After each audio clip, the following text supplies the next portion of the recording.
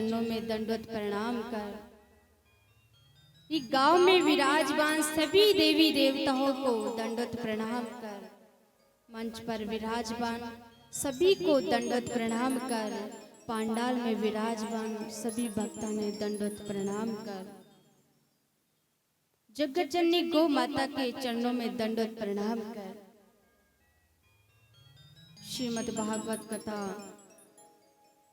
चरणों में दंडवत प्रणाम कर। कृष्ण भगवान के चरणों में दंडवत प्रणाम कर। सभी अपने अपने माता पिताओं के चरणों में दंडवत प्रणाम कर।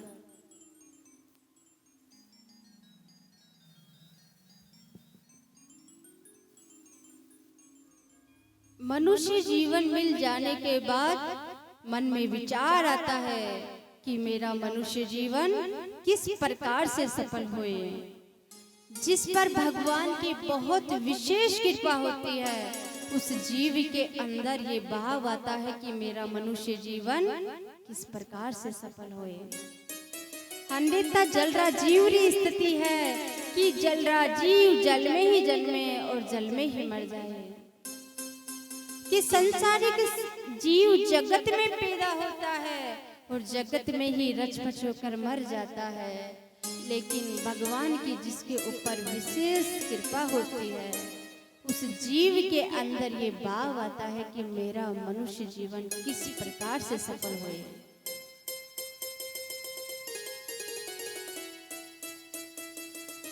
एक नहीं अनंत जन्मों का जब भाग्य उदय होता है तो श्रीमद् भागवत कथा को सुनने का सौभाग्य मिलता है। अपने सिर पर धारण करने का परम सौभाग्य मिलता है। और ऐसा नहीं है, ऐसी सुंदर कथा अनुष्ठान भगवान श्री कृष्ण की कृपा से ही मिलता है। कल हमने सुना, अमर कथा सुनी, गोकर्ण जी की कथा सुनी और रसखान और भक्ति सुखदेव जी महाराज जी के अवतार की कथा सुनी। सच्चिदानंद जिसमें भगवान के स्वरूपों का वर्णन किया गया था। भगवान के शास्त्रों के अनुसार 3 स्वरूप बताए गए थे, सत्य चित्त और आनंद स्वरूप, जो तीनों कालों में एक सा रहे, कभी ना बदले। आप और हम यहाँ नहीं थे, आप और हम यहाँ से चले जाएंगे और आप और हम यहाँ नहीं रहेंगे, जब भी वो यहाँ रहेंगे। एक छोटा बालक होता है, उसे शुरू में सिखाया जाता है कि भगवान के प्रणाम करो, जय जयकार करो, और वृद्ध होने तक भी वो एक ऐसा आश्रय रहता है, हमेशा सुख दुख में साथ देते हैं, वह है भगवान। संसार के रिश्ते नाते हर चीज बदलती है और पता ही नहीं चलता है कि कब बदल जाती है,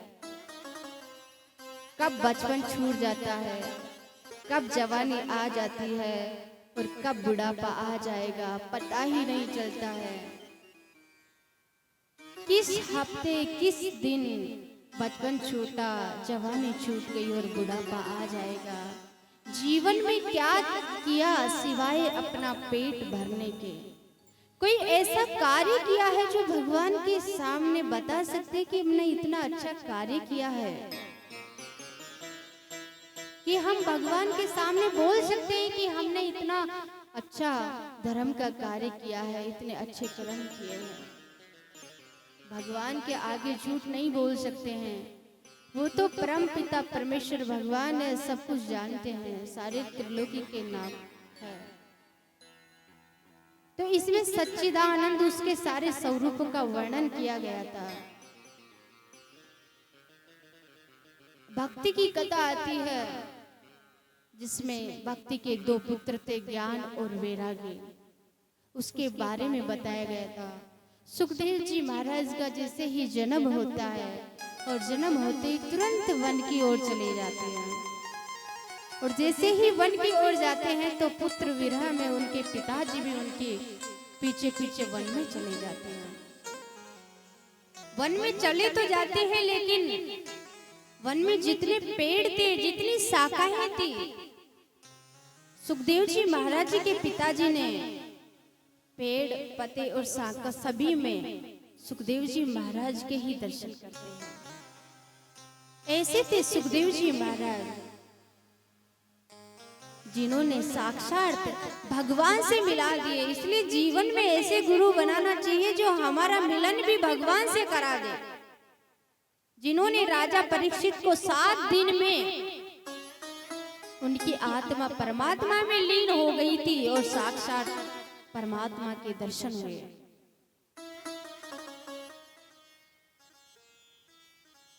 श्रीमद् भागवत कथा बड़ी विशेष कृपा हुई है जब जाके आपको ये सौभाग्य मिला है। आज हम चलते हैं, सूत जी कथा सुना रहे हैं, तो सूत जी से ऋषिगण सब पूछते हैं कि भगवान के कितने अवतार थे, तो सभी अवतारों का वर्णन करते हैं। पहला अवतार भगवान ने सनकादि ऋषियों के रूप में पहला अवतार लिया था, जिसमें नारद जी कथा सुनाते हैं। सनकानंद और सनक कुमार सनकानंद। दूसरा अवतार भगवान ने वराह अवतार लिया था, जिसमें ठाकुर जी पृथ्वी तल से पृथ्वी को ऊपर लेकर आते हैं।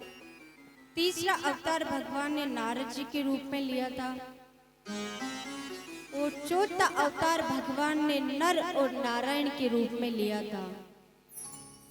पांचवा अवतार भगवान ने कपिल मुनि के रूप में लिया था और छठा अवतार भगवान ने दत्तात्रेय भगवान के रूप में लिया था। दत्तात्रेय और अत्रि ऋषि और माता अंशुया की दोनों पति और पत्नी थे। उस समय की बात थी कि माता अंशुया ने अपने पतिव्रत धर्म का इतना अच्छा पालन किया था कि उनसे ज्यादा कोई पतिव्रता धर्म किसी ने भी उस धर्म का पालन नहीं किया। ये बात कोई नहीं जानता था, सिर्फ नारद जी जानते थे। तो नारद जी ये बात लेकर तीनों देवियों के पास जाते हैं। ब्रह्माणी, लक्ष्मी माता और पार्वती मैया के पास जाते हैं। और जैसे ही उनके पास जाते हैं और माता अंसुया जी की बहुत तारीफ करते हैं, इतनी प्रशंसा करते हैं कि तीनों देवियां बोलती है कि हमसे भी ज्यादा पतिव्रता धर्म का पालन करते हैं क्या माता अंसुया। लेकिन नारद जी कहते हैं कि आपसे भी ज्यादा पतिव्रता धर्म का पालन करती है वो है माता अंसुया। यही तो नारद जी का कहना हुआ।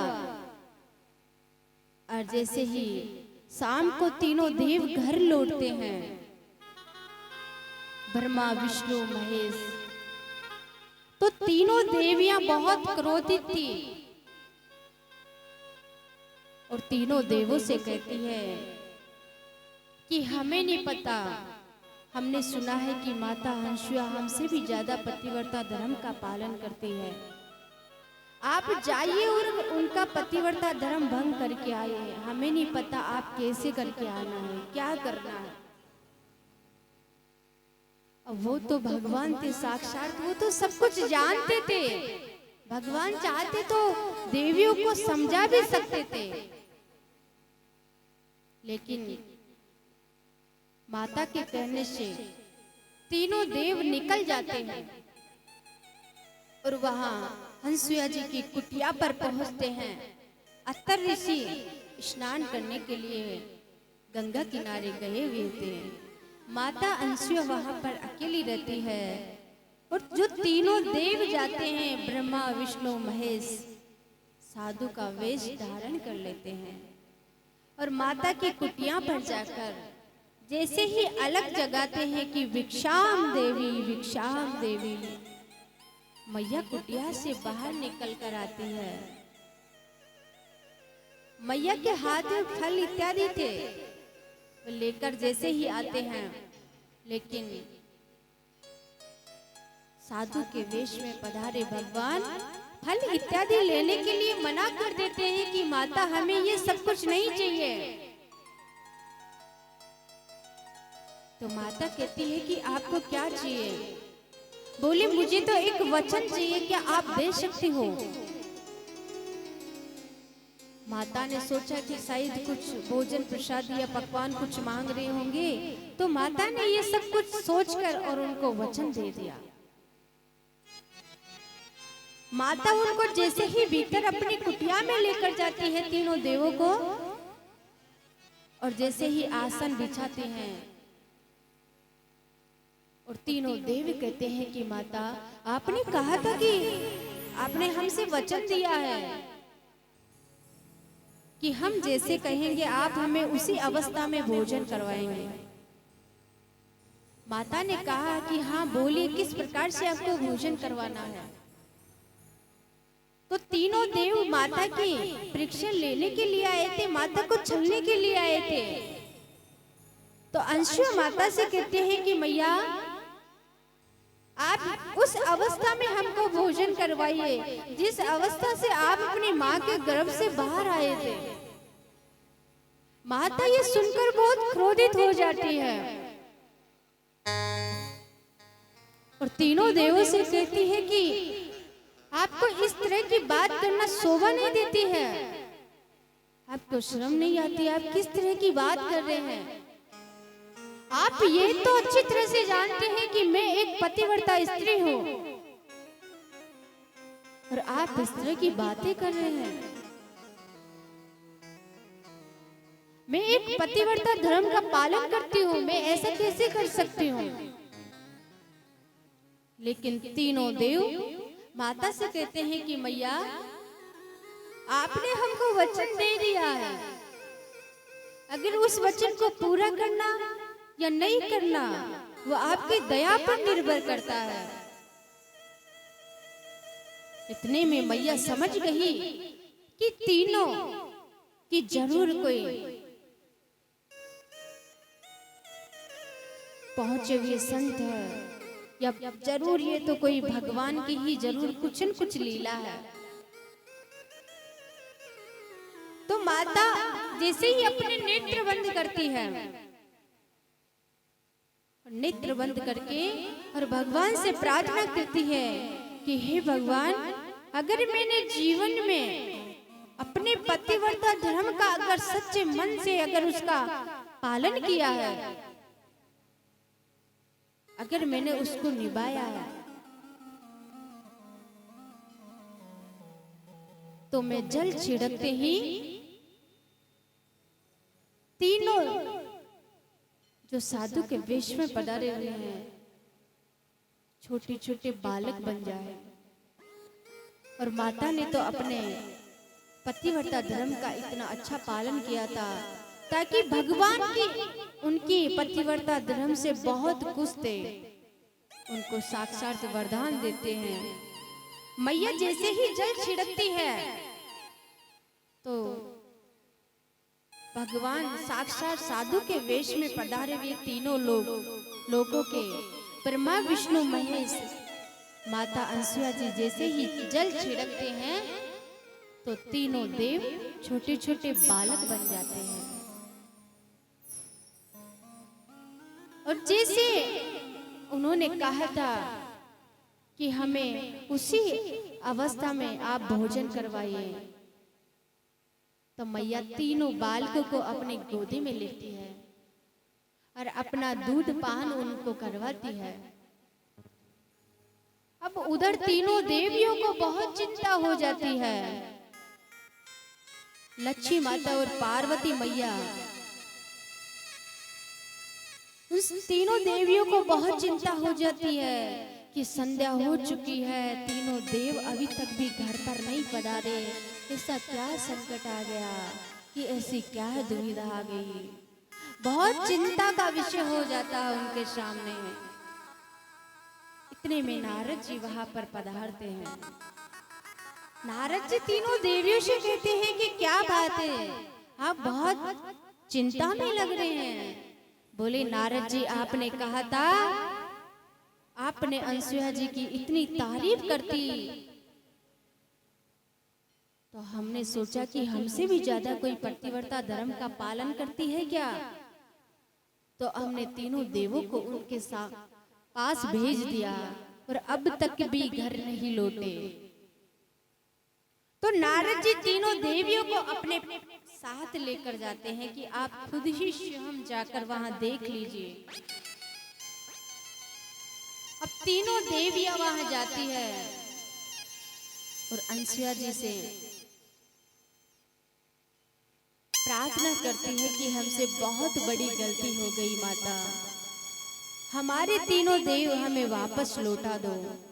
लेकिन तीनों देवियां वहां पहुंच तो जाती है, लेकिन वो छोटे छोटे बालक बन जाते हैं, तो उनको समझ भी नहीं आता है कि हमारे पतिदेव कौन से हैं।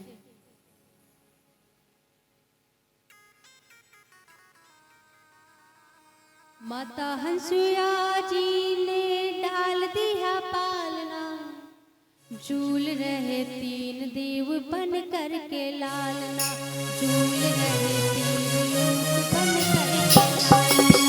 माता हंसुया जी ने डाल दिया पालना, झूल रहे तीन लोग बन करके लालना। माता हंसुया ने डाल दिया पालना, माता हंसुया ने डाल दिया पालना, झूल रहे तीनों देव बन करके लालना, झूल रहे तीनों देव बन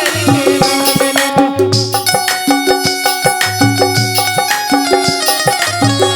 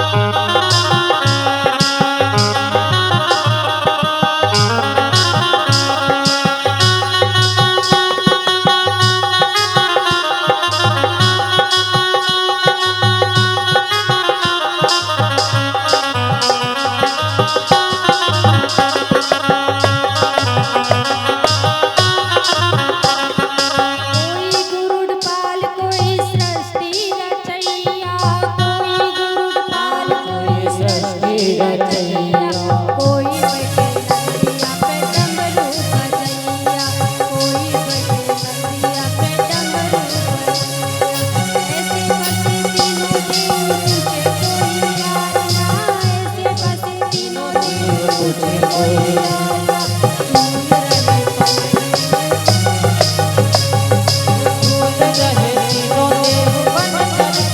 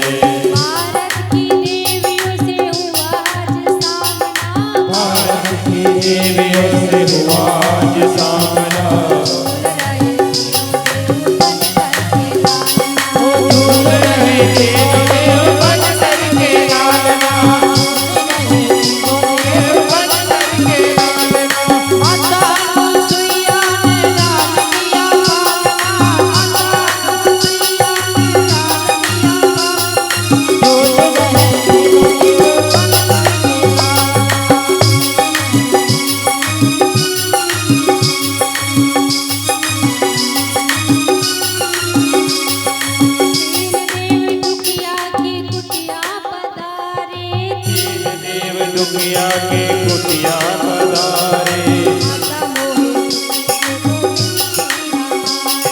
माता मोहे पतियों को दे दो हमारे।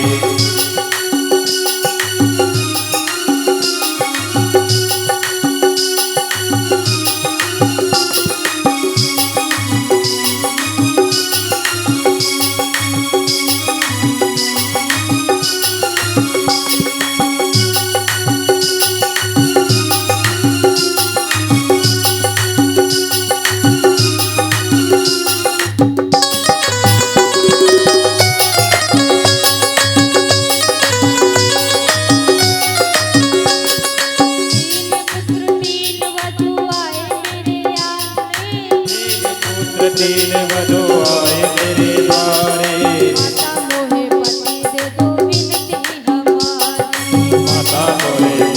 दे दो विनती हमारी।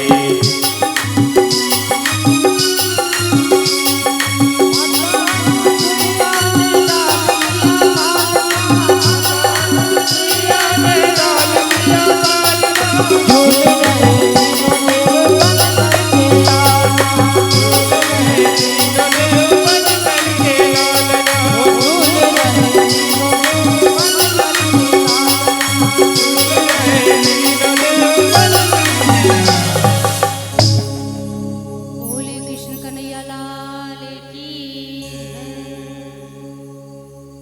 सातवां अवतार भगवान ने मनु के रूप में लिए और आठवां अवतार भगवान ने राजा पृथ्वी के रूप में लिए। मत्स्य अवतार लिया भगवान ने, कच्छप अवतार लिया अवतार भगवान ने। 13वां अवतार भगवान ने मोहिनी रूप लिया था, जिसमें ठाकुर जी ने समुद्र मंथन के समय लिया था। देवी देवता लड़ते हैं, तब भगवान ने मोहिनी रूप धारण करते हैं और दैत्यों को अपनी ओर आकर्षित कर लेते हैं, और ताकि देवता अमृत पान कर सके। 14वां अवतार भगवान ने नरसिंह अवतार लिया था। 15वां अवतार भगवान ने वामन अवतार लिया था। 16वां अवतार भगवान ने परशुराम जी के रूप में लिया था और 17वां अवतार भगवान ने वेद व्यास जी महाराज जी के रूप में लिया था। 18वां अवतार भगवान ने मर्यादा पुरुषोत्तम भगवान श्री राम के रूप में लिया था और 19वां अवतार भगवान ने कृष्ण के रूप में लिया था और भगवान ने बुद्ध अवतार लिया। 2 अवतार भगवान ने कलक की अवतार लिया और अंश अवतार लिया। एक एग्री अवतार लिया भगवान ने कि एक दैत्य था, तो उसका सिर तो घोड़े का था, शरीर मनुष्य का था, उसके जैसा कोई नहीं था। तो उसने तपस्या करी और ब्रह्मा जी ने उनको वरदान दिया। तो वरदान में उन्होंने मांगा कि मेरा जैसा तपस्वी एक ही था हयग्रीव। उन्होंने वही, वो जानते थे कि एक ही है, तो उन्होंने वही अवतार मांगा। तो ब्रह्मा जी ने उनको तथास्तु कर दिया। अत्याचार करने लगे, कार्य करने लगे, पाप बढ़ते गए। तब भगवान ने अवतार लिया था हयग्रीव अवतार। ये अवतारों की 24 अवतारों की भगवान ने कौन कौन से अवतार लिए थे? भगवान ने 24 अवतार लिए। अब सोनकादी ऋषि पूछते हैं ठाकुर जी से कि हंस अवतार लिया ब्रह्मा जी ने, तो बोले कि ये कथा आप तक किसने पहुंचाई और सबसे पहला ये कथा किसने किससे कही? ब्रह्मा जी तो ऊपर रहते हैं, नीचे आते नहीं, तो फिर ये कथा किसने कही? तो ये कथा सुनाई सूर्य जी ने। सूर्य जी ने ब्रह्मा जी से और ब्रह्मा जी ने नारद जी को सुनाई थी और नारद जी ने वेद व्यास जी महाराज जी को सुनाई थी और वेद व्यास जी महाराज जी ने अपने पुत्र सुखदेव जी को ये कथा सुनाई थी। इस प्रकार से ये कथा सोनकादी ऋषि अब नारद जी से पूछते हैं कि वेद व्यास जी महाराज जी को ये क्यों सुनाई? ब्रह्मा जी तक तो ठीक है, लेकिन वेद व्यास जी महाराज जी तक क्यों? तो सूर्य जी कहते हैं कि एक बार वेद व्यास जी महाराज जी बैठे हुए थे और बैठे बैठे सोचने लगे कि इस कलयुग में जीव का कल्याण किस प्रकार से होगा, कि वह जब पूरी तरह से संसार में लिप्त होगा, रोगों में पीड़ित होगा, मोह माया में ग्रसित होगा, तो उसका कल्याण किस प्रकार से होगा। उसके पास खुद के लिए समय नहीं होगा तो वो कल्याण किस प्रकार से कर सकता है। तो संत ऋषि साधु महात्मा वही होते हैं जो अपना खुद का नहीं, सभी का मानव कल्याण का, सबका कल्याण किस प्रकार से हुए। वो अपने सुख में सुखी नहीं होते हैं, जब दूसरों का दुख देखकर भी वो दुखी होते हैं, वही संत महात्मा होते हैं। इसलिए वो वेद व्यास जी महाराज जी से भी यही प्रार्थना करते हैं कि जीव का कल्याण किस प्रकार से होगा। तो नारद जी को ऐसा लग रहा था कि आपने सबकी रचना कर दी, आपने शास्त्र उपनिषद सभी का सब कुछ लिख दिया, लेकिन आपने प्रभु की श्रीमद् भागवत कथा में वर्णन करो, ताकि उन्होंने क्या क्या अपने जीवन में कार्य किए हैं, कौन कौन सी उन्होंने लीला की है, सारी लीलाओं का वर्णन करो। तो नारद जी ठाकुर जी की लीलाओं का वर्णन करते हैं। वेद व्यास जी महाराज लिखना आरंभ करते हैं। सबसे पहले उन्होंने महाभारत का प्रश्न लिखते हैं कि महाभारत का जब युद्ध हुआ था तो पांडवों की जीत हुई थी और कौरवों की हार हुई थी। धर्म की जीत हुई थी और धर्म की हार हुई थी। दुर्योधन जो युद्ध भूमि पर पड़े हुए थे, लेकिन जब भी उनकी मृत्यु नहीं हो रही थी, अंत समय उनका निकट था, लेकिन फिर भी उनकी मृत्यु नहीं हो रही थी। वहां पर उनके मित्र अश्वत्थामा आते हैं और आकर अपने मित्र से पूछते हैं कि सारा युद्ध समाप्त हो चुका है, लेकिन तुम्हारी मृत्यु क्यों नहीं हो रही है। तो दुर्योधन कहता है कि सब कुछ तो खत्म हो गया है, लेकिन मेरी मृत्यु जब तक नहीं हो सकती है कि 100 कौरव थे, पूरे के पूरे कौरव मारे गए, लेकिन 5 पांडव थे, 5 पांडवों में से एक भी पांडव कम नहीं हुए। तो मेरी मृत्यु किस प्रकार से हो सकती है। तो अश्वत्थामा कहते हैं कि मैं तुम्हारी क्या सहायता कर सकता हूं इसमें, तुम्हारी मृत्यु कब होगी, किस प्रकार से होगी, आपको क्या चाहिए जब आपकी मृत्यु होगी, वरना ऐसे तो तुम बहुत संकट में हो, बहुत दुविधा में हो। दुर्योधन कहता है, अश्वत्थामा से कहते हैं कि आप मेरी सहायता कर सकते हैं, आप जाइए और 5 पांडवों के सिर लाकर मुझे दे दो, ताकि मैं उनके कटे हुए सिर को देखकर और मेरे मन को शांति मिल जाएगी और मेरी मृत्यु हो जाएगी। जैसे अश्वत्थामा वहां से निकलते हैं और रात्रि का समय था, बहुत अंधेरा था, पांडवों की जगह वो पांडवों के जो 5 पुत्र थे छोटे छोटे, धोखे से उनके शिविर में घुस जाते हैं। अंधेरा था, उनको कुछ दिखाई नहीं दिया, क्योंकि दुर्योधन ने कहा था कि तुम 5 पांडवों के मुझे सिर ला कर दे दो। तो अश्वत्थामा ने सोचा कि मैं 5 पांडवों के शिविर में ही घुसा हूँ, अंधेरे में कुछ दिखाई नहीं दिया, और धोखे से 5 पांडवों के पुत्रों के शिविर में घुस जाते हैं। रात्रि का समय था और अश्वत्थामा ने 5 छोटे छोटे नन्हे नन्हे बालक होते हैं, उनके जैसे ही अपने उनका सिर धड़ से अलग कर देते हैं और 5 पांडवों के पुत्र के सिर को लेकर और दुर्योधन के पास आते हैं।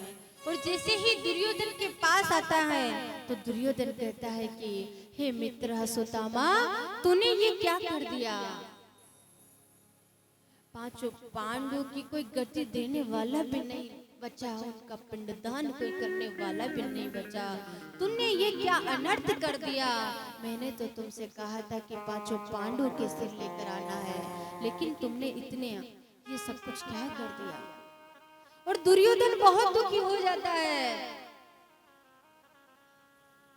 और सिर पटक पटक कर प्रतिमा पर रोने लगता है।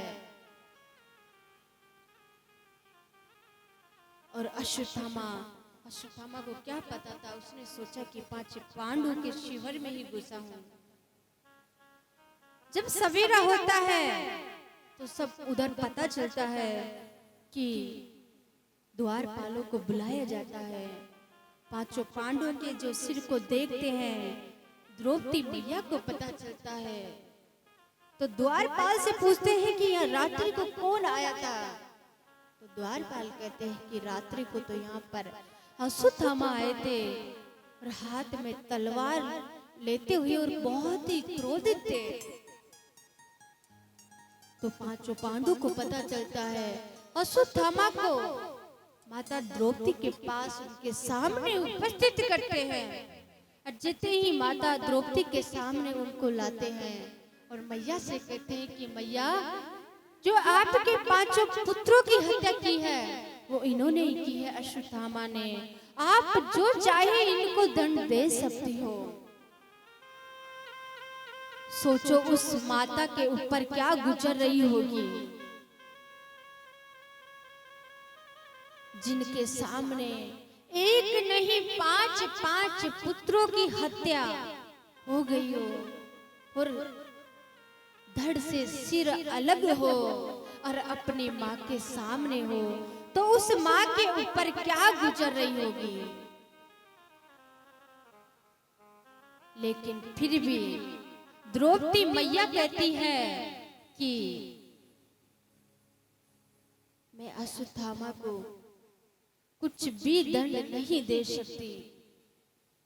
इसके दंड देने से या इसको सजा देने से मेरे पुत्र वापस तो नहीं आ सकते। धन्य हो ऐसी माता, अन्यथा आज एक थोड़ा भी दुविधा आ जाती है, संकट आ जाती है तो बहुत घबरा जाते हैं।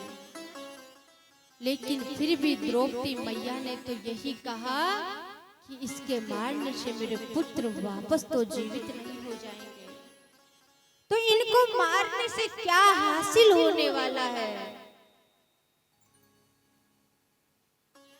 लेकिन बोले ये भी गुरु पुत्र है और गुरु पुत्र को अगर मारेंगे तो वह भी अपने सिर पर कलंक लगेगा, तो इनको मार नहीं सकते, इनको छोड़ देते हैं।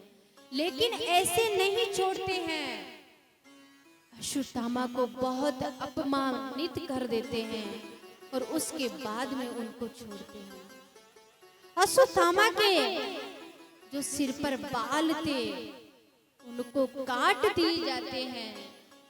अश्वत्थामा के सिर पर एक जो मणि लगी हुई थी उसे भी काट दिया जाता है अश्वत्थामा और छोड़ देते हैं। अश्वत्थामा का बहुत अपमान हो जाता है। अश्वत्थामा सोचता है कि इससे तो अच्छा होता कि अगर मार दिए होते तो अच्छा होता, लेकिन उनका अपमान कर देते हैं। जिस प्रकार से तलवार का घाव भर जाता है लेकिन बोली का घाव नहीं बढ़ता है, इसी प्रकार अश्वत्थामा को अपमानित कर दिए तो उनका बहुत अपमान हो गया था। तो अश्वत्थामा वहां से जैसे ही निकलते हैं और जाने के बाद में अभिमन्यु की पत्नी जो उत्तरा थी उनके गर्भ में एक आखिरी हंस पल रहा था। तो अश्वत्थामा गर्भ के अंदर ब्रह्मास्त्र चलाते हैं।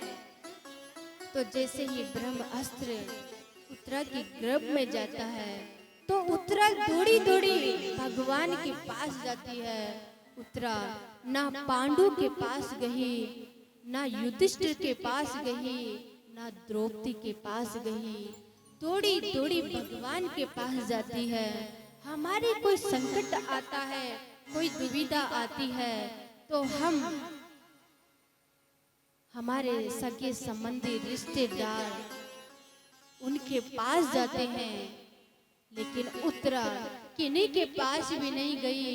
उत्तरा ने अपने मन में यही सोचा कि जो मेरी सास की रक्षा कर सकते हैं, पांचों पांडवों की रक्षा कर सकते हैं, युधिष्ठिर की रक्षा कर सकते हैं, हर भक्त की रक्षा कर सकते हैं, हर भक्त की पुकार पर भगवान दौड़े आ सकते हैं, तो ऐसा मैंने क्या बुरा कर्म किया है कि जो भगवान मेरी सहायता नहीं कर सकते। दौड़ी दौड़ी जैसे ही भगवान के पास जाती है तो भगवान सुदर्शन चक्र से जो ब्रह्म अस्त्र चल रहा था, जो अश्वत्थामा ने चलाया था, तो सुदर्शन चक्र से भगवान उनकी सहायता करते हैं। साक्षात राजा परीक्षित उनके कोख में पल रहे थे शिशु, तो भगवान उनके गर्भ में जाकर भगवान ने जितनी भी बार अवतार लिया, लेकिन कभी किसी के गर्भ में नहीं गए। भगवान ने अवतार जरूर लिया है, लेकिन गर्भ के अंदर नहीं गए। लेकिन उत्तरा के गर्भ को बचाने के लिए, राजा परीक्षित को बचाने के लिए साक्षात उत्तरा के गर्भ में जाते हैं और अपने सुदर्शन चक्र से शिशु बालक की रक्षा करते हैं।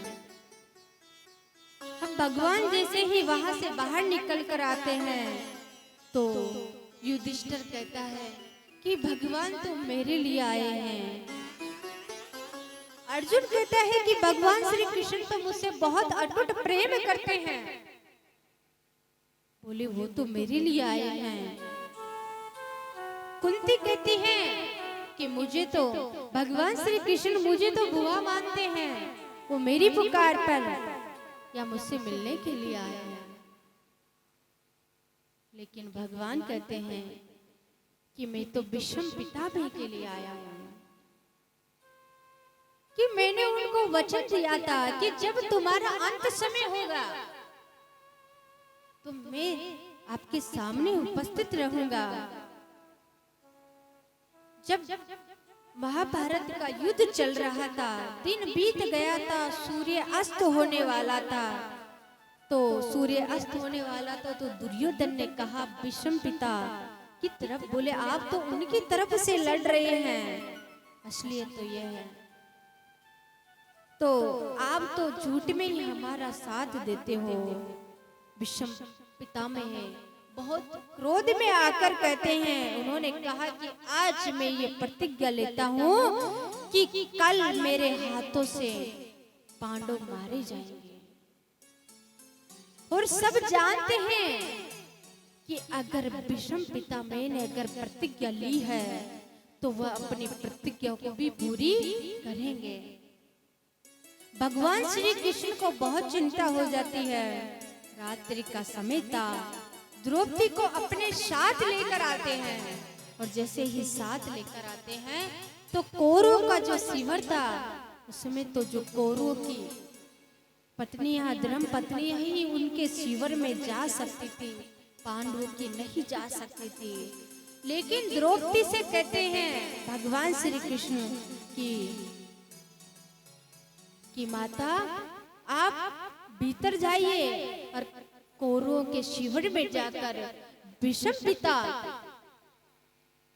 वहां पर आराम कर रहे हैं, आपको बोलना कुछ भी नहीं है।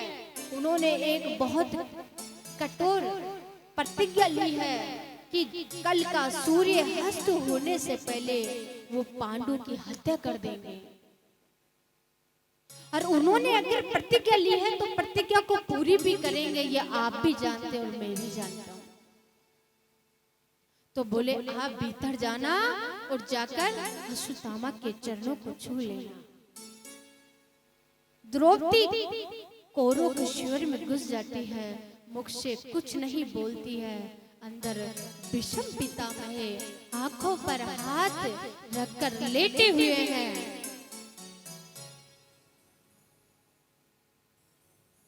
जैसे ही द्रौपदी अश्वत्थामा के चरणों को छूती है, चरणों में प्रणाम करती है,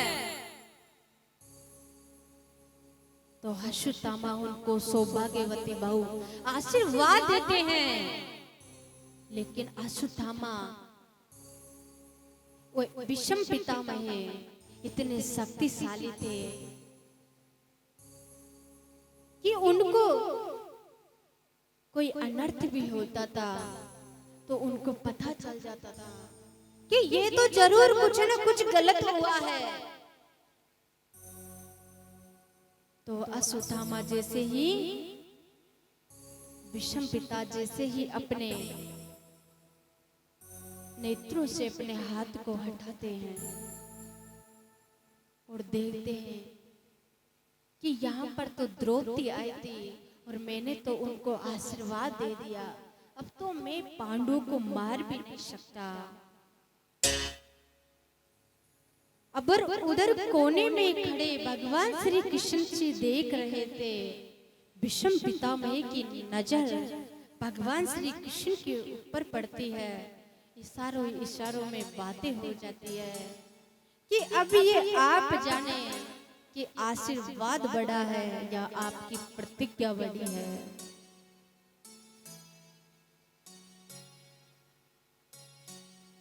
ठाकुर जी जैसे ही विषम में पितामह आशीर्वाद दे चुके हैं तो उनको मार नहीं सकते। तो हम भी भगवान से ऐसी प्रार्थना करें कि हमारा भी अंत समय हो तो भगवान हमारे पास हो। लेकिन अंत समय आता है तो मुखारविंद से भगवान का नाम निकलता ही नहीं। जीवन में जिससे बहुत अटूट प्रेम करते हैं, ये सारी चीजें ही मुखारविंद से निकलती है। किन्हीं को क्या प्यारा होता है और किन किन से प्रेम करते हैं, अंत समय भी उनके मुखारविंद से यही नाम निकलता है।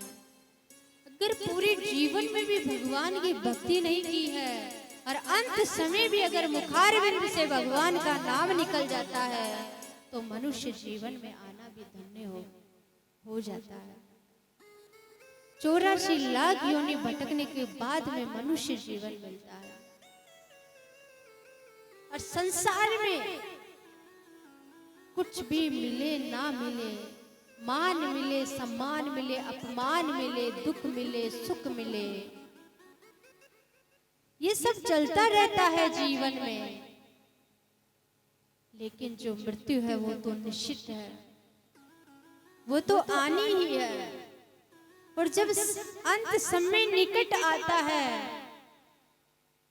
और मौत आकर अपने दरवाजे पर दस्तक देती है तो ऐसा लगता है कि काश जीवन में कुछ ऐसा इकट्ठा किया होता जिसे मौत भी छीन नहीं सकती, कि काश उसका मौत भी कुछ बिगाड़ नहीं सकती। लेकिन चिड़िया चुग गई खेत और पछताने से क्या फायदा। इसलिए अभी जीवन में जितना भी समय है भगवान की भक्ति करना चाहिए और अपने जीवन को सफल बनाना चाहिए। मनुष्य जीवन है, आज है कल नहीं, कोई पता नहीं कब अंत समय आ जाए कि श्वास श्वास पर हरि बसे विरथा श्वास जनी कोई, और ना जाने या श्वास की आवन होई नहीं होई, कि भीतर गई है बाहर भी आएगी नहीं आएगी ये भी कोई पता नहीं है। इसलिए जितना अधिक हो सके प्रभु की भक्ति करके अपने जीवन को धन्य बनाना चाहिए। बोले कृष्ण कन्हैया लाल की जय।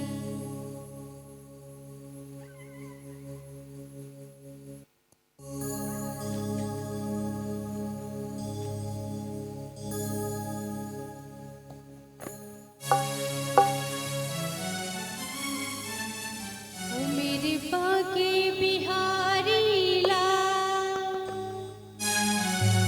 ओ मेरे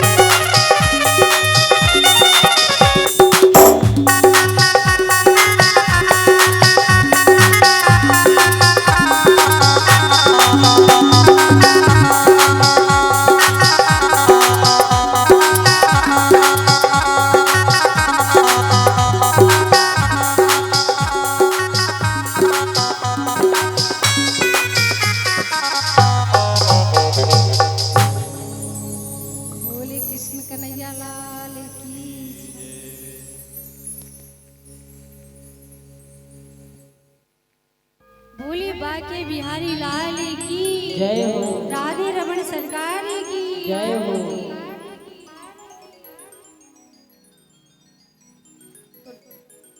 जब ठाकुर जी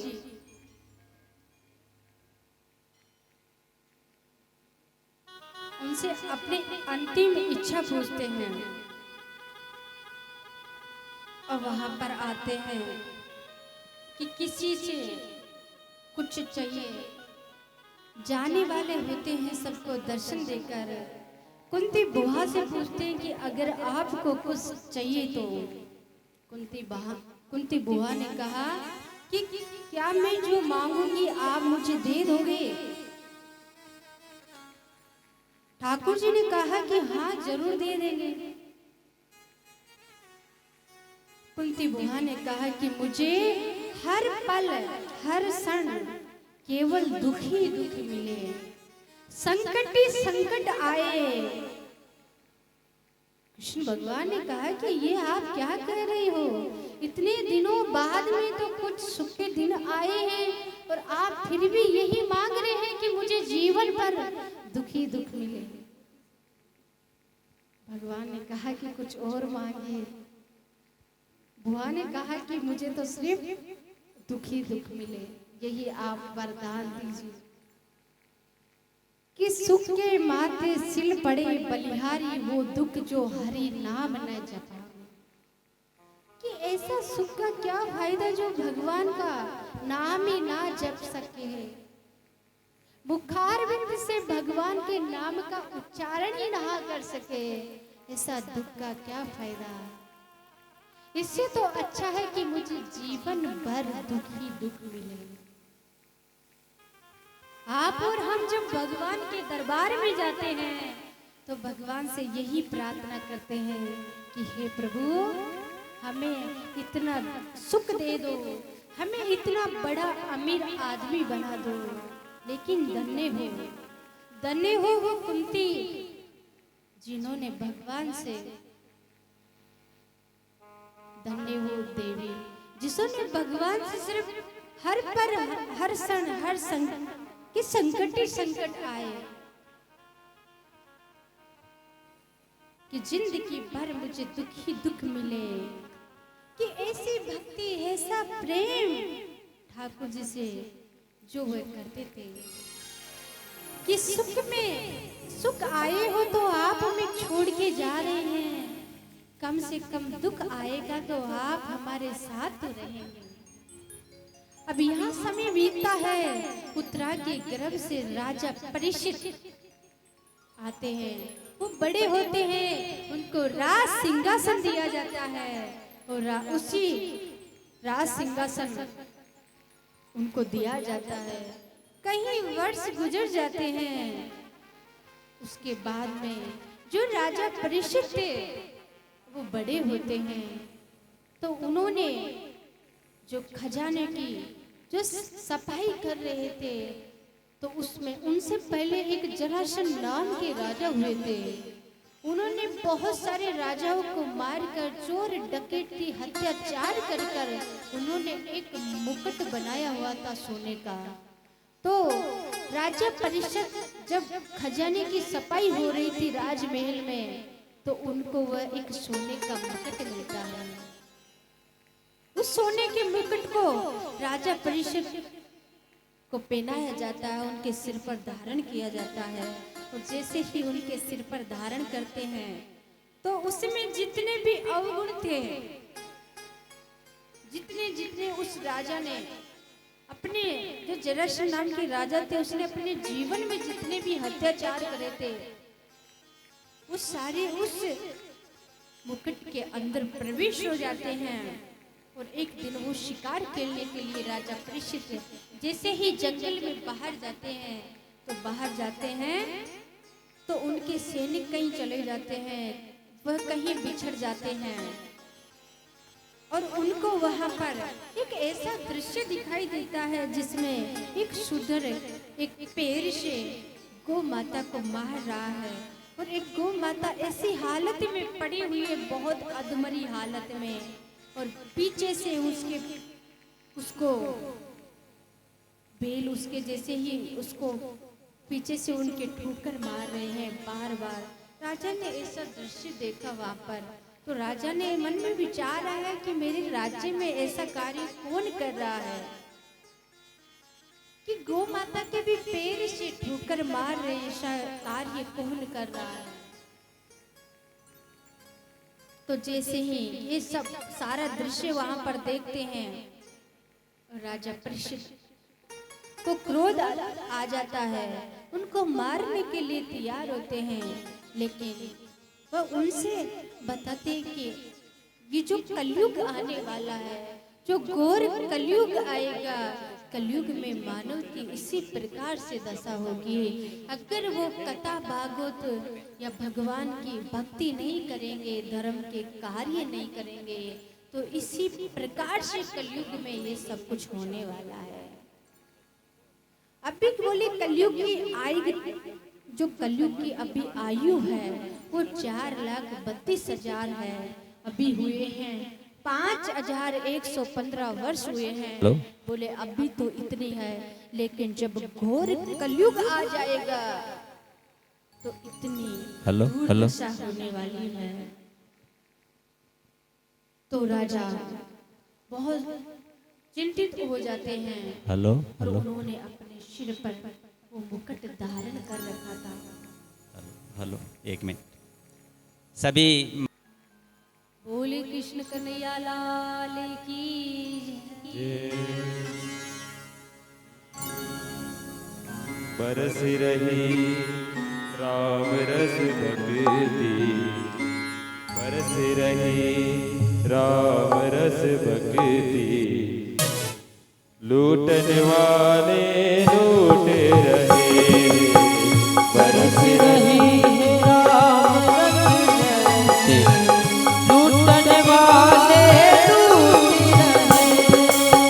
पाते हैं सब प्रभु के बंदे, पाते हैं जो प्रभु के बंदे, पाते हैं जो प्रभु के बंदे, पाते हैं जो प्रभु के बंदे।